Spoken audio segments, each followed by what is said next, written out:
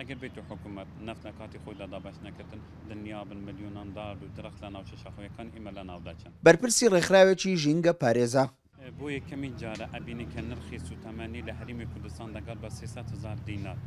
نیگەرانە لە نەبوونی سوتەمەنی و تێکدان و شێواندنی سروشتی ناوچەکە بەهۆی بڕینەوەی دار و درەخت لە بڕی سوتەمەنی. نرخی نفت لە بازاردا زۆر گرانە بۆی ئەمەش بوویتە هۆی ئەوە کە خەڵکی لە وەرزێکی زووتر لە وەرزیستان پەنا بوو داربرین بن کە ئەمەش ڕێژێکی ئێجگار زۆردار و درەختی ئیدارای سووران لە ناوچوو کەمە ئەتوانێت تەخمینی ئەوە بکەن ڕێژەکە ئەگەر بێت و حکوومەت پەنای نەفت دابین نەکات و متمانەك بە خەڵکی خۆمان نەدەتن ئەوە داربرینەکە لە ڕێژەی 30% بوو 40 هەتا 50% بەرز ئەبیتەوە نزیک ئەبینەوە لە هەندێک ناوچە بە بیابان بوون. بە درێژایی تەمەنی حکوومەتی هەرێم نرخی سوتەمەنی بە تایبەتی نەوتی سپی ماڵان نەگەیشتۆتە ئەو نرخە زۆرە. ئێستا لە سنووری ئیدارەی سۆران یەک بەرمیل نەوتی سپی بە 300,000 دینارە.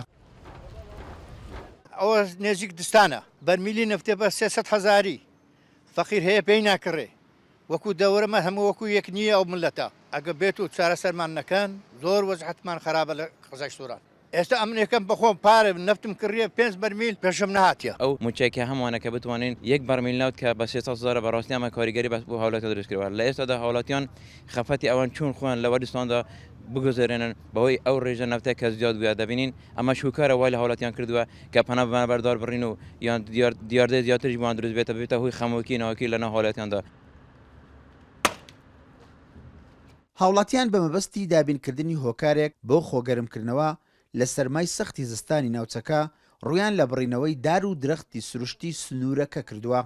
ئەوەش نیگەرانی ژمارەیەک چالاکوان و ژینگە پارێزی لێکەوتوتەوە. دابش نەکردنی سوتەمەنی بەسەر هاوڵاتیان بێگومان گرفت دروست دەکات. ئەو گرفتانش زیاتر ڕوبەڕووی ژینگە ئەبنەوە خەڵک بە ناچاری ڕوو لە دار بڕین ئەکات. ئەمەش وا ئەکا ڕووبەری سەوزایی کەم بێتەوە کە بێگومان کاریگەریەکی زۆر لەسەر کەش و هەوا و گرفتەکانی ژینگە دروست دەکاتن. ئیدارەی سۆران سنووری قەزاکانی سۆران و چۆمان و ڕواندز و مێرگەسۆر و 14 ناحیە و زیاتر لە 1200 گوند و ئاوایی لە خۆ دەگرێت. تەواوی سنوورەکە بە ناوچەی شاخاوی هەژمار کراوە. ساڵانە ڕێژەیەکی زۆر بەفر و بارانی لێدەبارێت. دانیشتوانەکەی پێویستیان بە ڕێژەیەکی زۆری سوتەمەنی دەبێت. ئیسماعیل عوسمان، کورسات نیوز، سۆران.